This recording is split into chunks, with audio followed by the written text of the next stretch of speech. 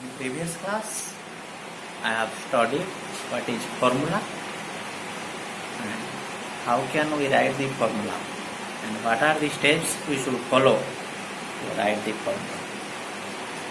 Now, I will study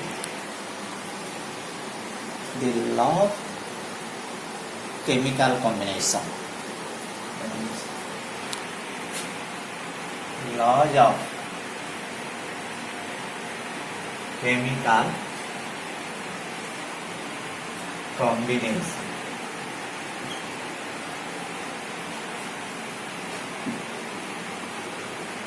So there are different scientists in a different way.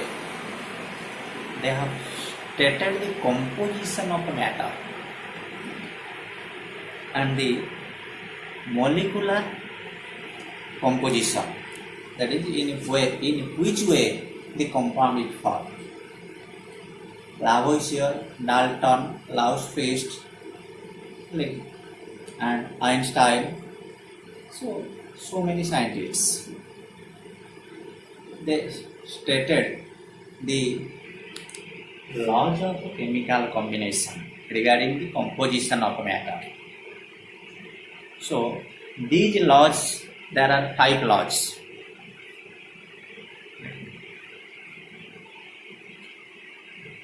One is law of conservation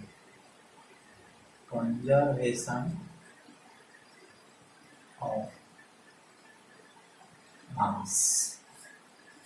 Second, law of definite proportion.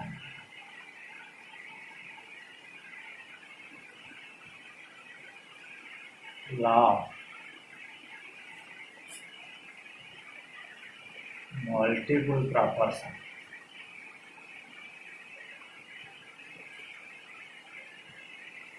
Law of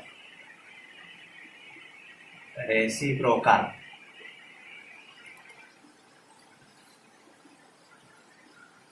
Proportion.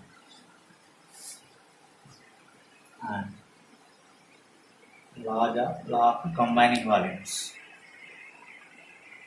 Law of combining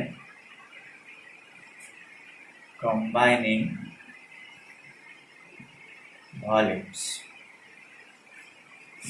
or Gay-Lussac's law of combining volumes. These are 5 laws. First is the law of conservation of mass, and later it is modified as the law of conservation of mass and energy. Second law, that is the law of definite proportion. Third is the law of multiple proportion. Fourth is the law of reciprocal proportion. And fifth is the law of combining volumes, or Gay-Lussac's law of combining volumes. Now I will study what is the law of conservation of mass, or law of conservation of mass and energy.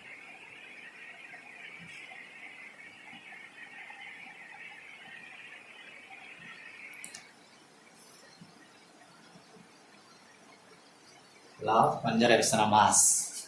This law is stated by Lavoisier, which is called the father of modern chemistry. So,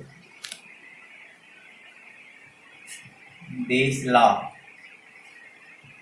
is stated by a Lavoisier.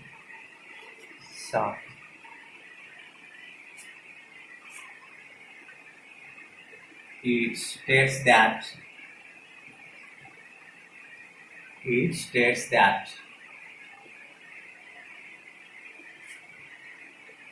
what the law says, according to Lavoisier, the mass is neither conserved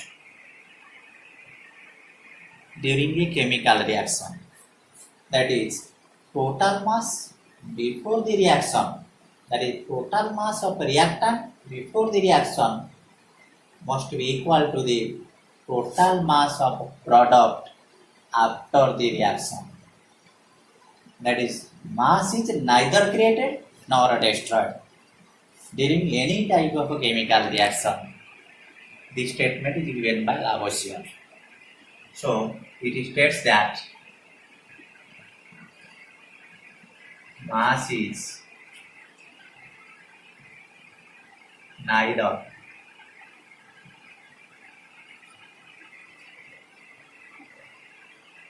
created or destroyed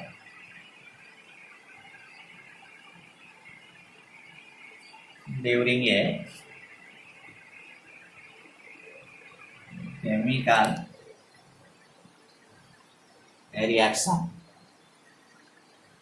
that is or or total mass of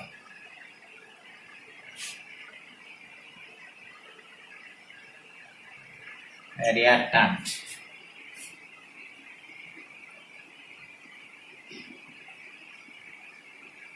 before the reaction is equal to the total mass of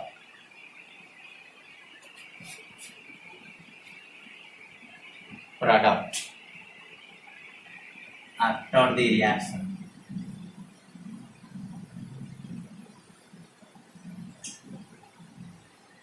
That is, mass is conserved. It cannot be created or nor destroyed during any chemical reaction or any type of a chemical change. Mass is neither created nor destroyed. That is, mass is conserved.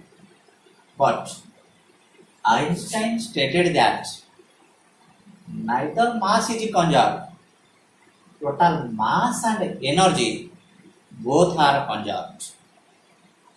That is, before the reaction, total mass and energy must be equal to total mass and energy of the product.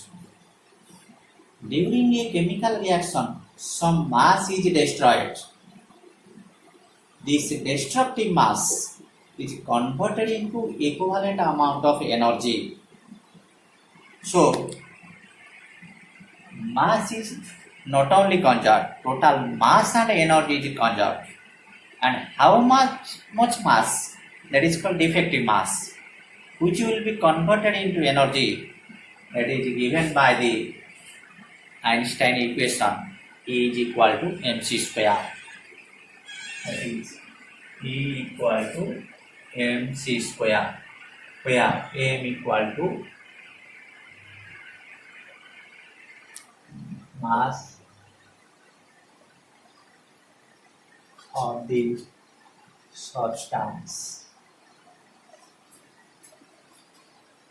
destroyed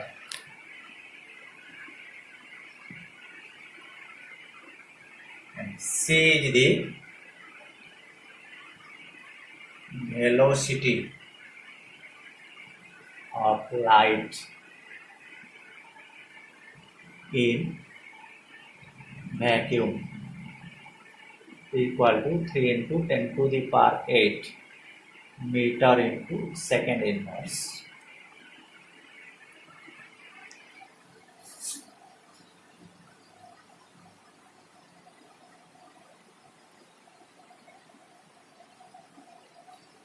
Hence,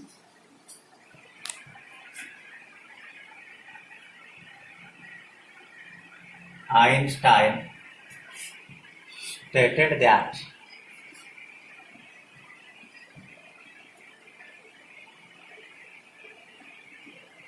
not only mass but also energy both are conserved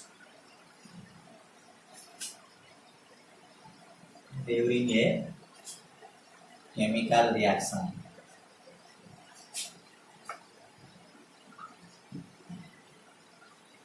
The mass which is destroyed, that is converted into equivalent amount of energy, that is equal to the amount of energy generated, that is equal to amount of energy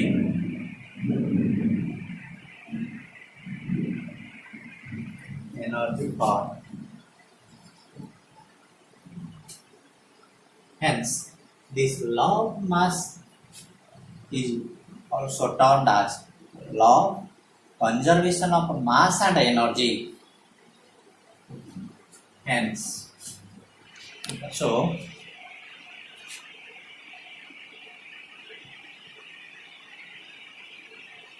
the law of conservation of mass is modified as law of conservation of mass and energy.